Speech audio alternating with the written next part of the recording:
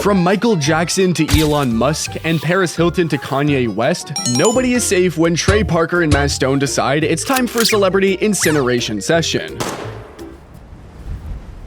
For over a quarter century, South Park has gleefully skewered sacred cows, turning megastars, political titans, and pop icons into screaming buffoons with construction paper grins. Today, we dive into the most savage, surreal, and unapologetically hilarious celebrity takedowns in South Park history. Get ready, because this is when celebrities get destroyed by South Park. This is sweet. Let's start with the one and only King of Pop. The man whose moonwalk could make gravity nervous got dragged face first into absurdity in Season 8, Episode 6 of South Park. Meet Mr. Jefferson, an obvious paper-thin disguise for Michael Jackson. He moves to South Park for his son Blanket, hoping to escape the endless accusations, cameras, and chaos of fame. At first, the boys, Stan, Kyle, Kenny, and Cartman, are absolutely thrilled. A rich new neighbor with a house full of toys, games, and oh yeah, a full-blown amusement park in the backyard? That's a dream come true, until it isn't.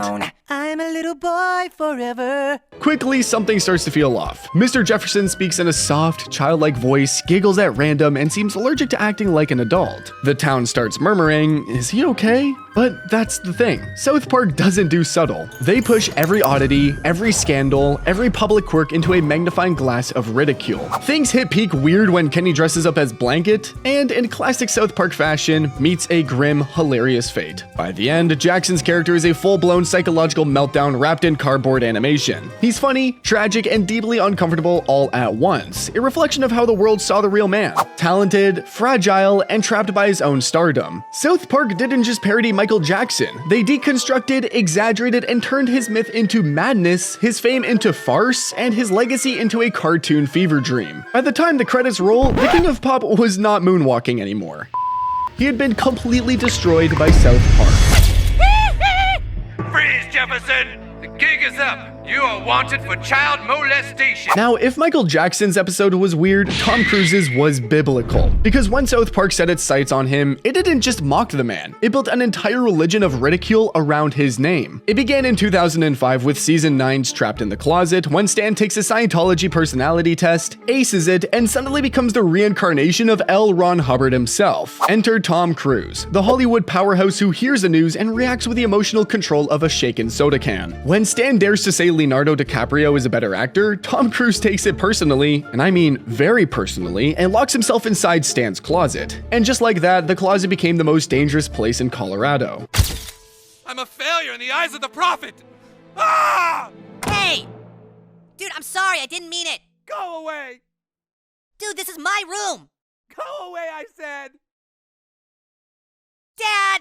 Tom Cruise won't come out of the closet. What follows is peak South Park chaos. Stan pleads with him to come out of the closet, and Cruise fires back, "I'm never coming out," over and over. But this wasn't just about sexuality or Scientology. This was ego autopsy. Parker and Stone carved through Cruise's public image like butter. The perfectionism, the secrecy, the grin that never quite blinks. They didn't need a scandal. They built one. The gag becomes hypnotic, a looping slow-motion meltdown that turns one of Hollywood's most confident leading men into a panicked cartoon literally trapped inside his own subtext. Mr. Cruz, come out of the closet.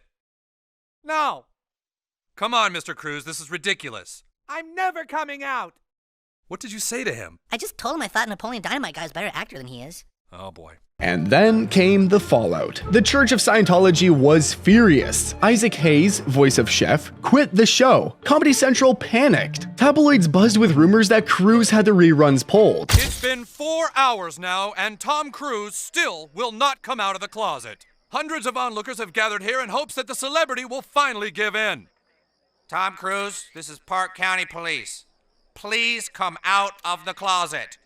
For most shows, that would have been the end, but for South Park, it was an invitation. Because in 2010, episode 200 and 201 dropped, the forbidden two-parter that went nuclear. Cruise was back, leading a furious alliance of celebrities suing South Park for defamation. He was petty, paranoid, and permanently on the edge. Oh, that does it. I will sue you! You can't just call somebody a fudge packer and get away with it! Hey, is that fudge packer Tom Cruise? That's it! I'm suing this entire intolerant town! Because that's South Park's real superpower. Not mockery, but exposure. They take the biggest egos on the planet and peel them down to human size. You want to see violence? You got it!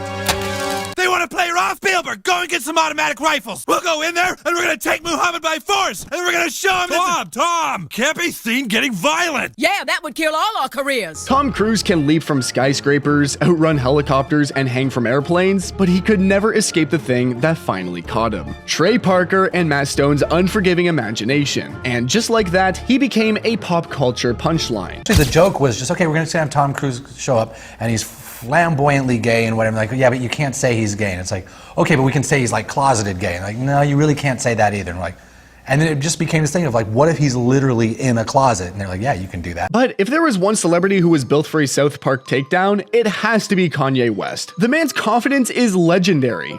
Gotcha. An ego so big, it could have its own zip code. So naturally, when Trey Parker and Matt Stone decided to test what happens when pure genius meets zero self-awareness, they made fish sticks. And it all started when Jimmy wrote a simple joke. Do you like fish sticks? Yeah? You like putting fish sticks in your mouth? Yeah? Well, what are you, Eric? A gay fish? Fish sticks. Oh, dude, that's funny as shit! I think we're really onto something here. Let's try it out on the guys. It was simple, it was dumb, and it was perfect. Everyone was laughing. Well, except Kanye. See, Kanye's brain can build stadiums out of sound, but one playground pun short circuits his entire reality. He didn't get the joke. He couldn't get the joke. And the more everyone laughed, the more his world unraveled. You are male. Damn right I'm male. A male that likes fish dicks. Yeah, I like fish sticks. You like to put fish dicks in your mouth. Yeah. You're a gay fish. All right, that does it. I'm going to kick your motherfucking ass. He interrogated people, ranted on TV, and screamed, "I'm a genius!" At this point, it was not an insult anymore. It was an identity crisis with a beat. There are a lot of people out there making up rumors about me that are malicious and untrue. But I'm going to prove once and for all, I am not a fish. Because I am a genius, I have ascertained that fish have gills. By the final act, Kanye achieved enlightenment. He still did not understand the joke, but kind of embraced it, and jumped into the ocean wearing gold chains, serenading fish with full R&B passion. And no, not metaphorically. He literally became a gay fish. South Park remixed the joke into folklore. For years, fish sticks and gay fish followed him like an unwanted hook in a song he didn't even write. I've been so lonely, girl. I've been so sad and down. Couldn't understand why haters joked around. I wanted to be free with other creatures like me, and now I got my wish. Cause I know that I'm a gay fish, yo. But South Park wasn't done just yet, because in The Hobbit from season 17, Kanye returned, now defending Kim Kardashian from being called, well, a hobbit. His speech was so detailed it accidentally proved the point. It was self-parody on autopilot. Bitch, that movie you got coming out is called The Hobbit? Yeah, but it's what? Oh, yeah. Yep, I got it. Yep, let me tell him. Love you too. Kim is not even in that movie. That movie is just loosely based on her television show, Keeping Up with the Kardashians, which is a show about short, loud little people living in a fantasy world. Hold up. Kanye didn't need to be insulted. He just needed a microphone, because when talking wasn't enough, he started to sing. Except for one time she went to kill that dragon. She took its gold and she... Hang on a minute. I'm sorry. Bitch, remember when you went off to kill that dragon with them dwarves? Yeah. Oh, yeah. Right. Yep, I got it. Yep, love you too. It wasn't no dragon, so my girl ain't no hobbit. And that's all South Park ever needed to destroy him. His own words, cranked to 11, harmonizing himself straight into a meme. The most racist thing a person could tell me is that I'm supposed to choose something based on my race. If that was the case, I wouldn't have never wore a pink polo. I wouldn't have never wear skinny jeans. Everywhere I go, people pants smaller than mine. And I'm the one who, you eat fish sticks because I had skinny jeans on. And if you thought that was the peak of this video, well, you'd be wrong. We still have a lot more to go through. But for now, the next celeb on the chopping board is Paris Hilton, the walking headline, the early 2000s embodiment of famous for being famous. So it was only a matter of time before South Park got their hands on her. And the episode title, Stupid Spoiled Horror Video Playset, already tells you it wasn't going to end with dignity. I don't get it. What'd she do? She's super rich. But what does she do? She's totally spoiled and snobby. What does she do? She's a whore. The show introduced her rolling into town in a pink limo, flanked by small dogs and unlimited ego. She opened her new boutique, Stupid Spoiled Whore, selling perfume, dolls, and her entire I'm rich, dumb, and famous aesthetic to impressionable girls. Stan's dad was horrified, and Wendy looked ready to declare war. But for the kids of South Park, Paris was the new religion. The episode spiraled into pure insanity. Paris coughed up glitter, her parents committed suicide, and she eventually decided she wants to buy Butters. For Butters? Butters is our son. He's not for sale. I'll give you $200 million for it. Excuse me? And that's what makes this episode a landmark. It isn't just hilarious, it's oddly prophetic. Long before reality stars ruled Instagram or influencers turned every moment into monetized perfection, South Park had already seen the culture forming and set it ablaze with glitter and irony. As for Paris Hilton herself, she didn't seem bothered. When asked about the episode, which called her degrading names and even featured her dog taking its own life just to escape her, Paris brushed it off with trademark indifference. I haven't seen it, but when people copy you, that's the most flattering thing. So whatever people say, I just laugh about it. The line between parody and prophecy had never looked more blurred or more pink. Honestly, respect. But if Paris Hilton was a product of celebrity culture, the next celebrity was indefinite proof that Hollywood could mass produce punchlines just as easily. Before South Park ever even met AI, they met something far scarier. Rob Schneider movie trailers. You know the ones where Rob plays a guy who becomes something else, whatever the plot generator in Hollywood coughed up that week. In The Biggest Douche in the Universe, Schneider eats a pot roast containing Kenny's soul and transforms into everything. A stapler, a carrot, a walking punchline. Rob Schneider is a somewhat popular comedic actor who seemed to have it all. Until one day he came across a pot roast, and his life changed forever. Now he's sharing his body with an 8-year-old boy, and he's about to find out that being 8 ain't so great. The showrunners took that formula and ripped it straight from the marketing department's nightmare vault. They introduced a trailer montage where Rob Schneider stars in increasingly ridiculous roles. Rob Schneider is a carrot. Rob Schneider is a woman. Rob Schneider is a stapler. Each line hit like a punchline wrapped in a Hollywood cliche. Rob Schneider is a Wall Street executive with everything going for him. Only problem is, he's about to become a carrot. I'm a carrot.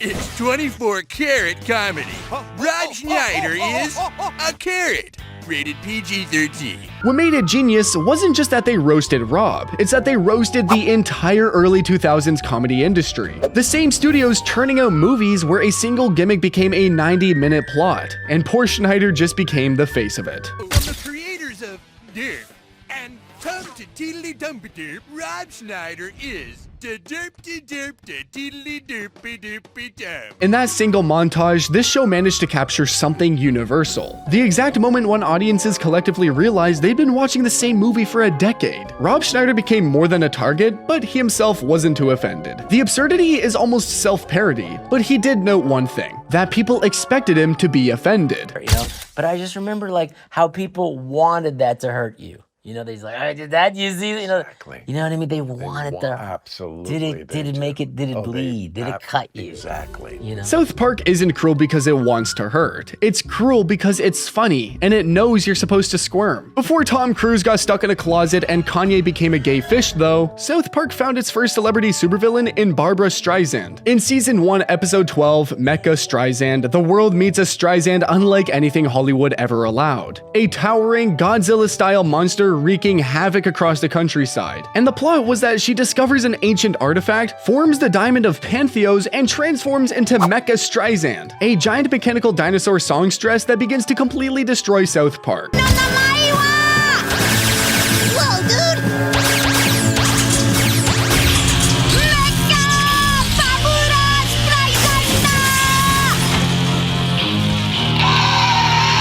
South Park took Streisand's real-life persona, her diva tendencies, her grandeur, her sheer presence, and exaggerated it into a cartoonish apocalypse. But the genius was in the details. Her allies were just as idiotic. It was kind of like a video game mission straight out of a fevered imagination. The comedy wasn't subtle. Every stomp of Mecha Streisand's heel was a punchline. Every scream a satirical crescendo. South Park had discovered early on that taking a legend and turning her into a literal monster was funnier and somehow more accurate than any gentle parody.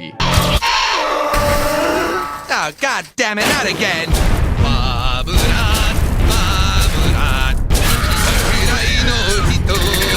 Barbara wasn't amused at all. She called the episode awful, mean-spirited trash. But the showrunners were not done yet, because 12 years later in the forbidden double episode 200 and 201, she came back upgraded. This time, she wasn't just Mecha Streisand, she was Mega Mecha Streisand. Bigger, shinier, louder. A vengeful celebrity titan joining forces with Tom Cruise and every A-lister the show had ever roasted. Together, they wage war on South Park to destroy the town that humiliated them.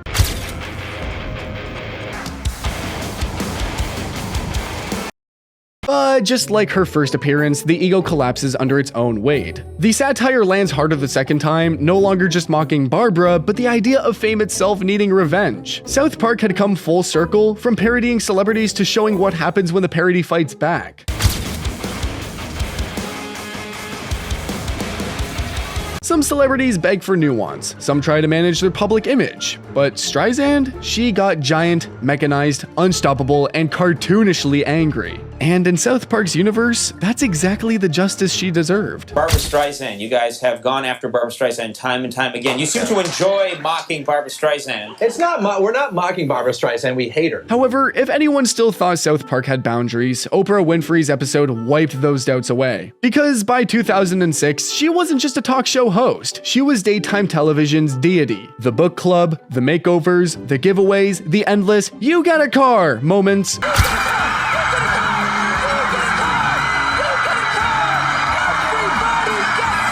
Oprah had become a cultural mother figure to millions, which is exactly why South Park decided to make her deeply, disturbingly human. In season 10, episode 5, A Million Little Fibers, what starts as a light jab at author James Frey's fake memoir takes a bizarre turn. Towley, the perpetually high-talking towel, tries to reinvent himself as an author by publishing his own inspirational memoir. But once Oprah features his book, everything spirals into pure chaos. It's like, was it that you thought embellishing the story was okay if it helped people? Yeah, that's it. Well, you know what I think, Towley? I think you're a lying sack of shit. The episode quickly morphs into a dark, surreal satire. South Park doesn't mock Oprah from the outside, it literally goes inside her. Her anatomy, personified as two British revolutionaries named Minji and Gary, begins plotting a full-blown mutiny from within. What's this? What's she doing? I don't understand, Minji. You think writing is a joke, you stupid towel? Yeah, you get him, Oprah! Yeah! You will not get away with this. She's getting everyone back on her side. Oh, the clever cow. Her body becomes the battleground, her mind the hostage. Minji and Gary argue, scheme, and threaten her with a gun, all while Oprah tries to keep smiling for the cameras. It's one of the strangest episodes the show has ever produced. Part fever dream, part psychological thriller trapped inside an afternoon talk show. All right, everyone back. Get back, I said. What? The message landed hard. The higher the pedestal, the stranger the fall. And Oprah, who built an empire out of emotional control, becomes the most unhinged person in the room. She never responded publicly to the episode, and honestly, who could blame her? How do you address a cartoon where your own body stages a rebellion? Controversial even among fans, the episode became infamous for its grotesque boldness, a reminder that in South Park's universe, no icon, not even the queen of daytime TV, was off limits. But if you thought Oprah's downfall was crazy, the next one was downright tragic. Because when South Park turned its lens on Britney Spears, it wasn't just satire, it was a cry of exhaustion from a world obsessed with tearing stars apart. Before hashtags like #FreeBritney echoed across the internet and documentaries dissected her downfall, South Park had already told her story in its own brutally surreal way in Britney's new look from season 12. What starts as simple parody quickly becomes one of the show's darkest reflections on limelight and human cruelty. I didn't even know it was there. I can't take it anymore. The story begins with a boy sneaking into Britney's hotel room, chasing a photo for quick cash. It's stupid, childish, and instantly dark. The moment they try to snap the picture, Britney catches them and, crushed by the never-ending scrutiny, she tries to end her life right then and there. She survives, but only barely. Yeah, let's get a picture of her doing something else. All right, lady, just flash us your crotch or something. I've got a better idea. No! Yeah, I wasn't gonna show you the rest of that clip. Basically, half her head is gone, her speech slurred, her body fragile, yet everyone around her acts like nothing happened. Oh my God! Oh no! The boys are just shocked at how good you look, Brittany. Right, boys? Huh, yeah. Her managers, producers, even the media, they all push her back on stage, still dressed, still smiling, still performing, because the show must go on. And it's here that South Park stops being just comedy. It becomes horror wrapped in pop glitter.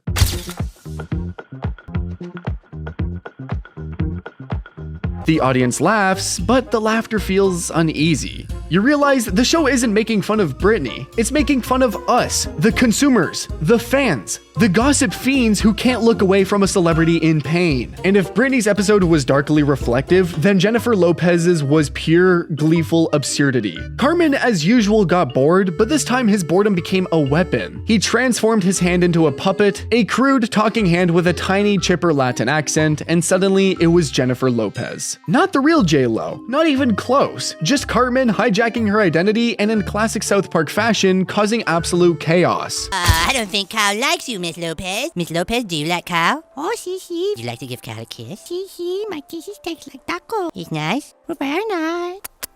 Stop! The puppet quickly steals the heart of Ben Affleck, and as if all of that was not crazy enough, Ben and the puppet go out on a date and make out in a car.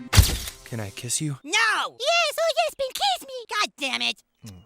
Meanwhile, the real J-Lo is furious, and not just a little annoyed. She is so enraged, she tries to kill a hand. Yes, a hand.